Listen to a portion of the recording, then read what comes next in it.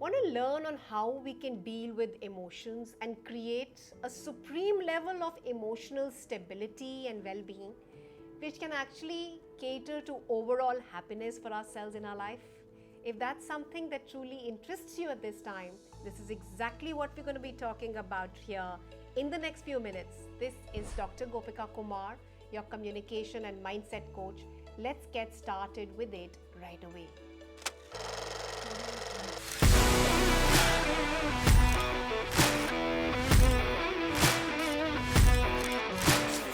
Ever heard of creating an emotional stability?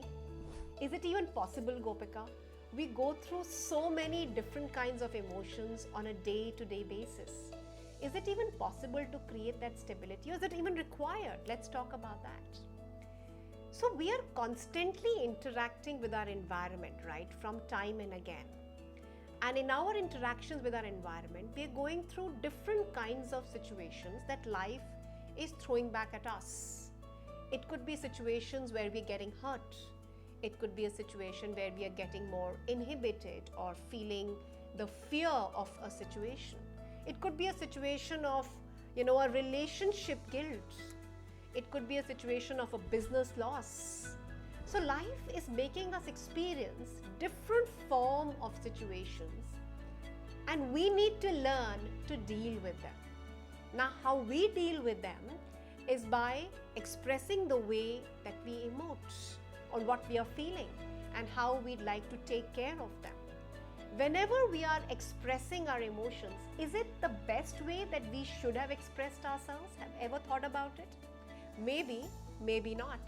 Now that's exactly what we're going to be expressing and sharing here in this very series of 21 days that we have created for you, where we are talking about creating emotional well-being for a long-term gain so that we are able to create a high self-esteem and high self-worth, and that too on a sustainable purpose. Now to achieve that, to continue speaking about, we are constantly interacting with the environment. Whatever it's throwing back at us, and we are expressing ourselves with varied emotions. But then how are we coping with it?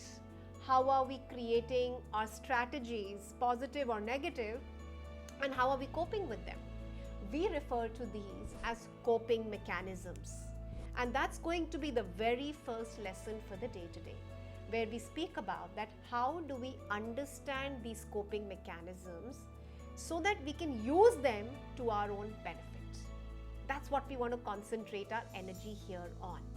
Now, these coping mechanisms that we're going to be focusing our energy on, they need to be played very strategically. So here are some 5 key steps that I'm going to be taking care of here in this very session, that how do we build these coping mechanisms work for us so that I'm constantly able to move in the right direction of controlling my emotions. The very first way of identifying that I'm going through, a series of different emotions, Gopika, and there's nobody who's going to come and save me, correct, right? But there's something that you can always do. That is getting yourself in a state of what I call as self-awareness and consciousness. Can you be in a state where you're completely aware to what's happening with you? So close your eyes along with me and think about it. You're going through a business loss. You're going through a tough time with your boss. You're going through a very difficult time with your colleagues. You're going through a series of emotions, right?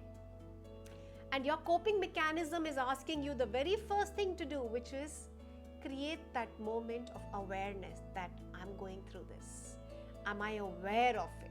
So only when you're aware will you be able to do something about it, right? Do you agree with me on this? So that's a very first way of handling these coping mechanisms. The second idea of making sure that we are reacting in the way that we should be, which is to identify what is that element which is causing me the most stress, the maximum stress. I call these as the stressors. Now, you're experiencing different situations. You're experiencing a very stiff situation from your family, maybe your husband, maybe your kids, maybe your parents. And that emotion, that anger and that hurt and that frustration You're taking it out at your workplace. You're taking it out at, your place where maybe you're going out to a gym. You're taking it out at a place where it shouldn't be.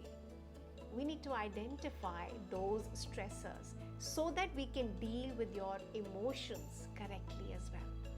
That's referred to that first become aware, identify those stressors which are leading you into a situation like these, and then move on to the very third one.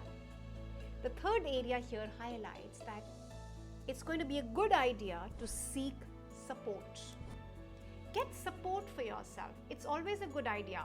You're going through a baggage of emotions and all by yourself. Why? You're not staying in isolation. You're not living all by yourself. Why would you need to deal with all of it all by yourself when you can seek support from your friends, when you can seek support from your colleagues, from your loved ones? Do that. Because it can really, really help you to build up a strong foundation so that you don't unnecessarily react the way that you didn't want to. That's something that's of utmost requirement here. That's our very third idea. So become aware. Start thinking that what are those elements of stress because of which I am expressing a baggage of emotions which may not really be the correct ones, and seek support. Now, if you're moving into the right direction to understand, we're trying to create emotional stability here. And we'll only be able to do that when we understand the very first phenomena, which is the coping mechanism. The fourth very important stage here says practicing some form of relaxation.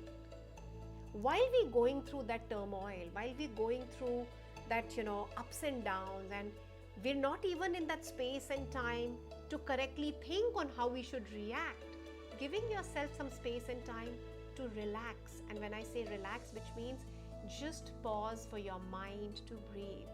Hydrate yourself, drink a glass of water. Give yourself some moments before you can react.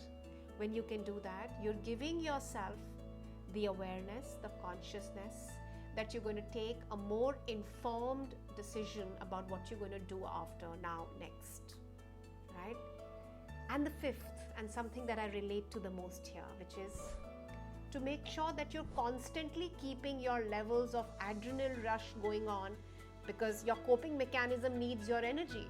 Your coping mechanism needs that in every negative situation, you're keeping your positivity at an all-time high. Then please do not shy away from exercising regularly, not for fitness, but for keeping up your emotions under check. Now, for building that solid foundation which we require for going through this series of video lessons that we have created for you today, you'll be able to go through these only when we build up a solid foundation of this today. If that's something that you've really been able to truly relate, then do share your comments. Would love to hear that, hear back from you on this. And also, of course, always remember there are going to be a series of sessions that I'm going to be sharing on creating emotional stability for your self-worth and self-esteem. Remember to watch all of these videos in this very specific series. Do remember to subscribe to the channel if you haven't done that so far, while I continue to share back many such videos in future. This is Dr. Gopika Kumar signing off.